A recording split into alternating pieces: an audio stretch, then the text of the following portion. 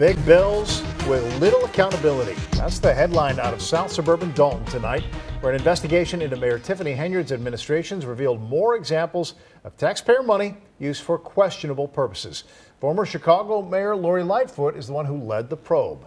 Investigative reporter Ben Bradley has been shining a light on Henyard's spending and leadership for a year now. Ben? Dina and Ray, our investigations have documented well over $100,000 in first-class travel, meals, even donations to Henyard's questionable cancer charity. But that money came from Thornton Township, where Henyard is the supervisor. She's also the mayor of Dalton, where her allies have violated state transparency laws by refusing for nearly a year to give us records showing how she spent money there. Henyard has dismissed her critics as liars and opportunists. If you hear this is fake news, it's not real, no, this is real. Chicago's former mayor hired to investigate a current South Suburban politician surrounded by scandal.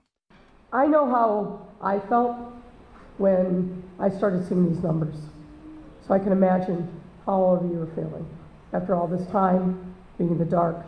Trustees hired Lori Lightfoot after months of chaotic meetings in which they accused Tiffany Henyard of recklessly spending tax dollars on herself and her cronies. The investigation found this small South suburb went from a surplus 2 years ago to a nearly $5.5 million deficit today. Lightfoot told a packed crowd that she's only been able to review some, but not all, credit card spending. We want to highlight a couple of credit card purchases.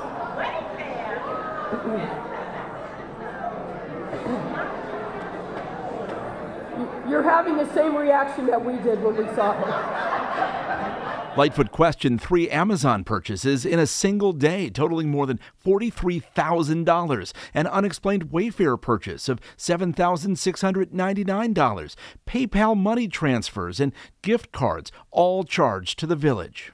I am in the White House.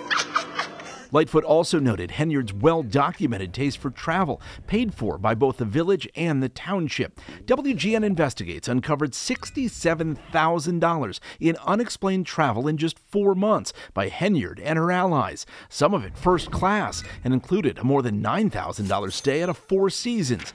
Henyard's former chief of staff in Dalton told us last January the mayor spent taxpayer money freely. Over-the-top meals, lobster, crab legs. She liked the good stuff. And when you were with her at these meals, was government business discussed? No. Y'all forget I am the leader. They want to hear from the mayor. Henyard frequently shouts down her critics, claiming she's the leader. I ran to lead, and you guys keep wanting to tell me what to do. We're not doing that. But as we found last year, she quickly clams up when questions turn toward her spending. I do not handle anything as relates to with credit cards. As you heard me speak today in my board meeting about, I do not handle that. Some of those charges are for you, though. No, sir. You didn't go to Las Vegas? What is that? No comment. You don't know if you were in Las Vegas? Of course I do. Were you? It's not paid by them. What do we want? Faced with outraged residents, a mutiny on the village board, and an ongoing federal investigation, these days the self-proclaimed super mayor is letting a criminal defense attorney do most of her talking. He's your top aide in both Thornton Township and Dalton. Why are you trying to fire him? He just cited the rules, so that's why I'm letting you talk to the lawyer. Lightfoot's investigation found the village now has a bill backlog totaling nearly $6 million. Layoffs have begun, and one of the trustees who hired Lightfoot to investigate is now running to replace Tiffany Henyard as mayor.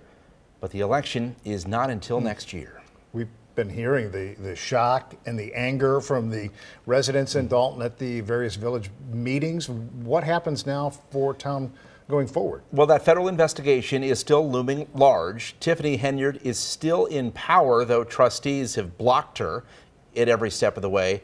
Now there's literally a debate over access to Village Hall. We're told the locks have been changed on Village Hall 3 times in the last couple of days. Wow, the drama. Appreciate that, Ben.